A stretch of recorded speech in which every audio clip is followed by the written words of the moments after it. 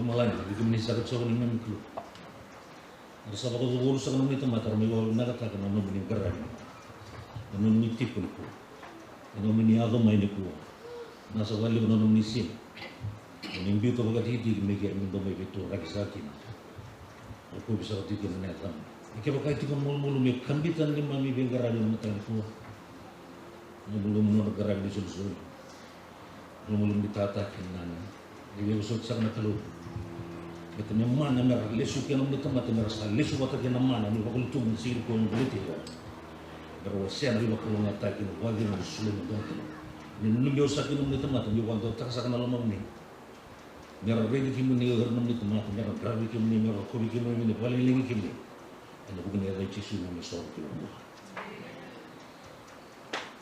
doon na itaw mo at ko na bultang nakong nung tulitan na losing weight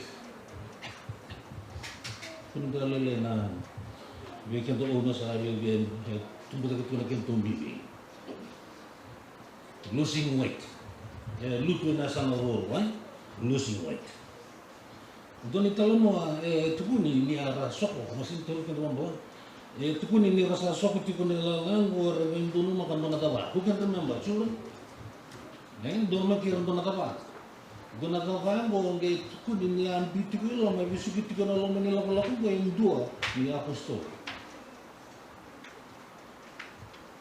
Adi bikin ni na garo ko naman nila nung itang mo sige mo doon natatagin na Adi ni o Paula naulutan na secret sa rega sa beso to na sini doon to Paula sa ala ko man uwan na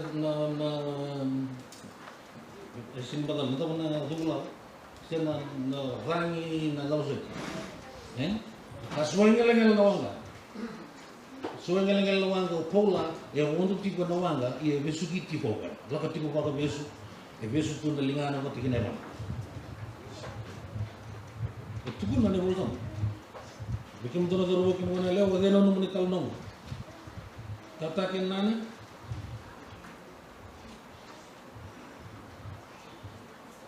tu pun bisa tumbuh lagi na uwa salah pebuat na nong rasa minggu na temata saat tiga merah pada taruh mesar pada saat tiga tu pun nak kapitan ni it's time for the ship to lose some weight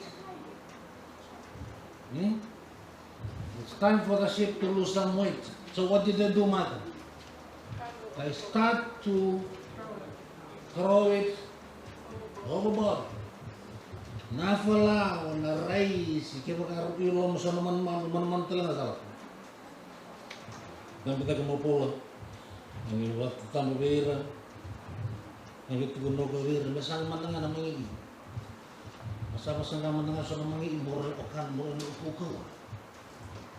Bala tanawang mo na bota na nungu bakang bota na nungu kalo na serinduan na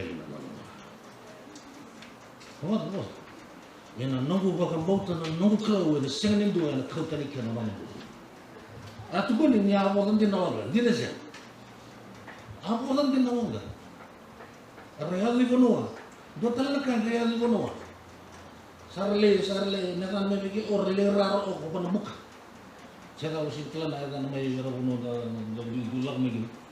Rawang kana buka rasali kata-kata kuno ang ada Paula. Ngikati ko na ngata. Rangay nung numuir ang patira do katira nga tar do tuko na wera na kina mamagal mo na sa patigina. Wera tama-tama.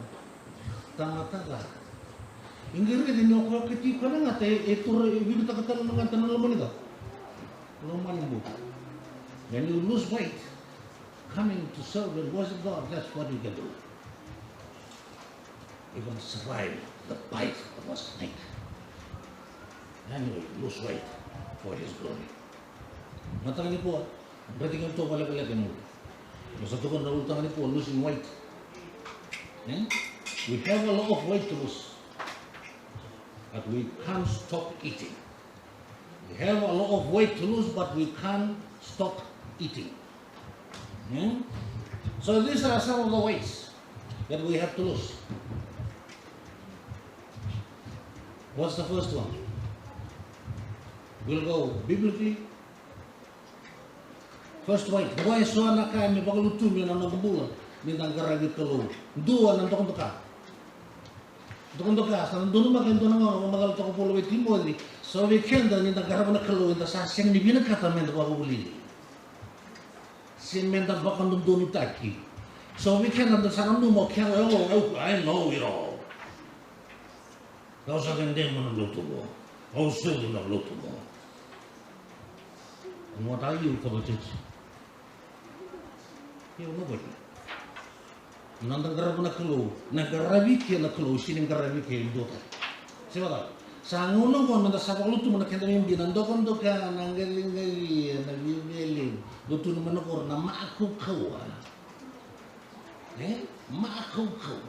Nason-son. Kaya we have to let go. Because this church will wreck. Will go into shipwreck. Now, lutong ko na bola. Yan ang notang pakambutan na klo, according to what Paul said, my faith in my God is telling me that the ship will be wrecked. But no one will lose his own life. Lakalang ko, iba ito ko na klo nila lakalang. Kung kami malangan, kung kami kasiin, kung kami tingi, kung kami kami dati. Bata kaya kaya natikin ng bula ko tumeke, siya nga ni napakala ni ganata kaniti ko na lutan. Beta na buwan ni alutan mo, beso takabakan do na ama makawa. Kinang do na kawo, buli nga siya na ko. Nang luto sila beso takan do weekend ako. So weekend na lumit ng dalawang tapos nani balo, balemor uli bisaw. Oro. Nabisaw, wala kayo yan ang umbunuan mantalan. Ang doktor na rin kato, nabisaw ka na kayo yan, hindi may dolokin. Sino ba na kaya ka na luto? Allow God to change you. Allow Him to lead you. Allow Him to bring you here so that when the Sabbath comes, you can call the Sabbath a delight. And you will honor Him with all your substance. Because you'll give praises and glory to God who bless you. Kau untuk na. Because may langser mo, may bago may nagabuo na kalo. Suliwa na roro may doon may grabe kinako. Suliwa na itobo kani bakaraw darama ka man sulusulu may naruro kilay kinanakalo. Bosa taka na bosa enong dokay kinanakalo. Darama ka man itobo and the 70 will naruro kinanakalo. Patun na bolta mo na isa na was ito. Lakas sumay na, isa na was. Isa mo sa pagalimukan na ihuku kinilo. Naiubu kini lo te sanga ni tiki no nang karabi na kalo. Yang karabi na kalo mo na pamatala sa tukuno di sura ayaw na kalo ko kasi yang karabi ko bakada. Pakayalo ka baka hindi na. Isayalo pakayalo baka hindi na nang karabi kento. Sa leder na kalo na lore na kalo na na kalo. Karena kalo nga na lubenda. And then aseng ni dito ni resulta ba kan numitali. Itu irna lubenda erna reda na kalo on garawiti wa bunga zarang ko bulo tiya. A life excellence that reveal everything about what he was.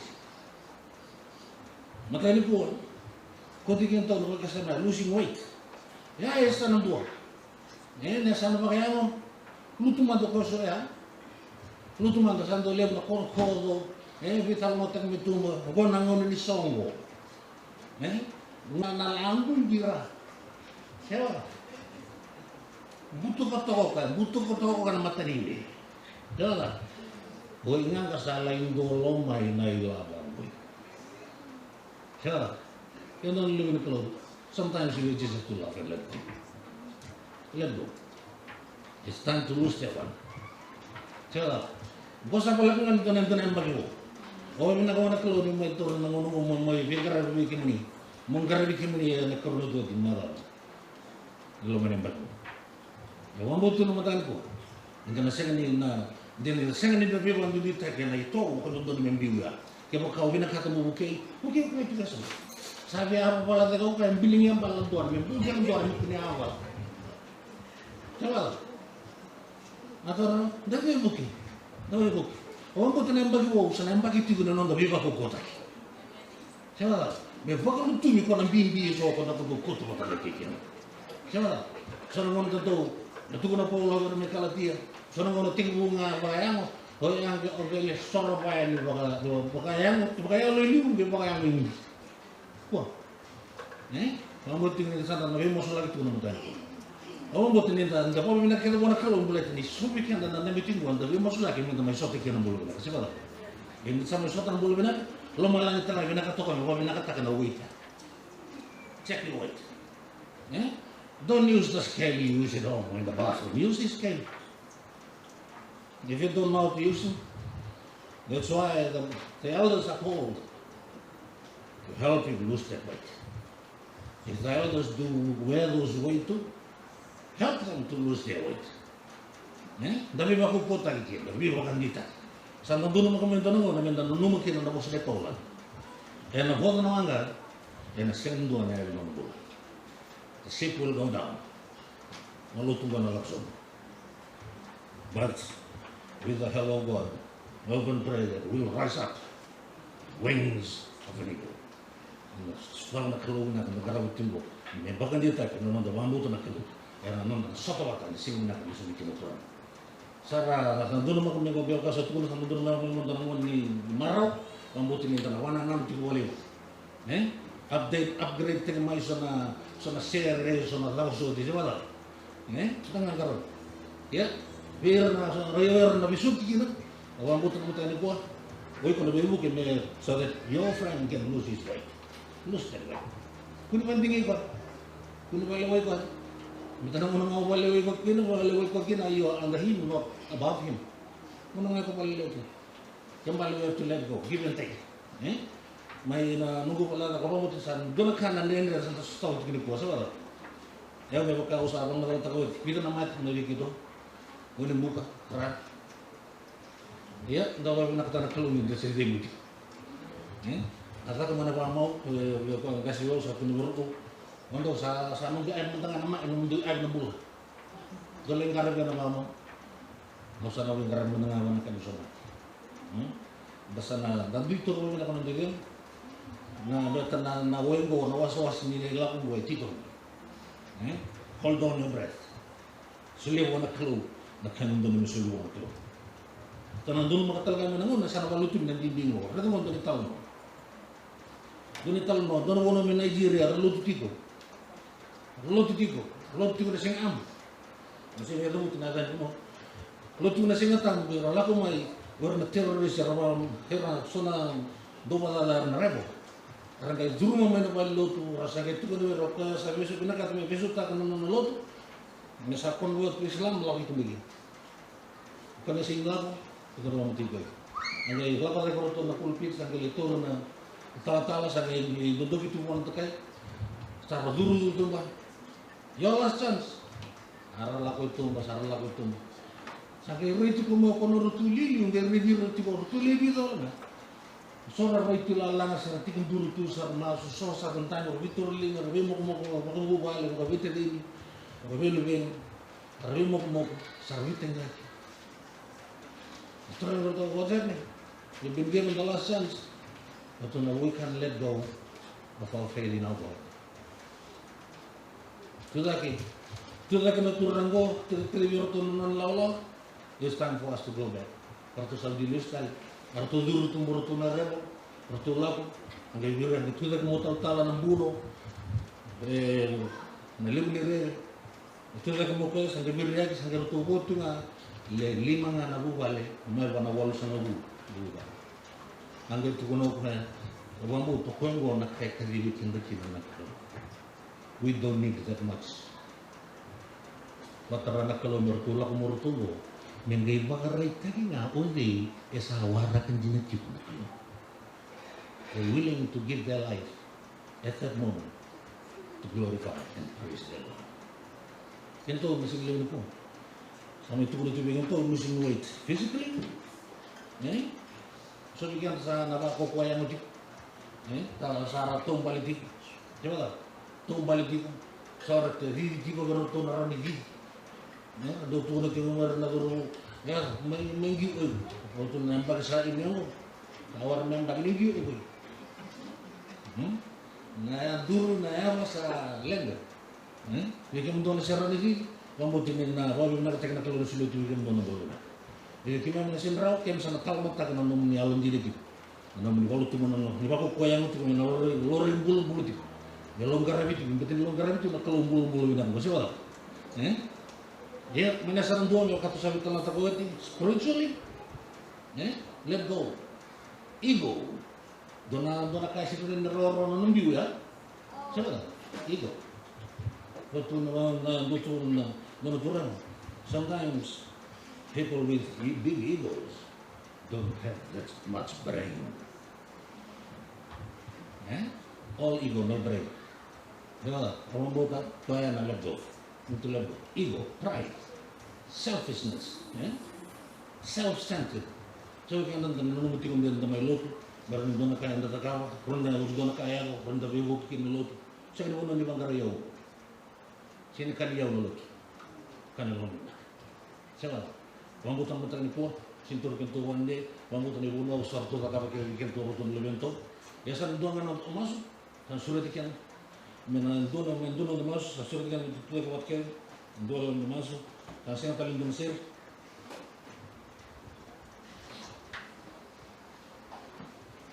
Sa wambuti ko niya na, ibarat ko lang malang, dalisu bata kina wambutan ni polo, lesikian dalisu bata kina wanana, itip ni tao mo yung beli ko. Non karena doon na tumasok kimami baka tulus sa kanila tamata. Kami sa iwo sa katalwikin ni nagawin na kung matang ni po nagukod ng dokay ni naman. Nagawin mo ng bulong ni tamata. Iti ko yung ike ngandra turang ang meron kami ni silbi na kalis mo kina. Kaya kaya sa ko ngor turang ni algo na kami mo kung matang ni po. Iti ko nandiyan dire we gusto kiti ko matang ni po sa masong ni tamata mo di bisire kina tulo. Ibi bang lalatay ko na kami kimam. So nabulang imami marulo iti.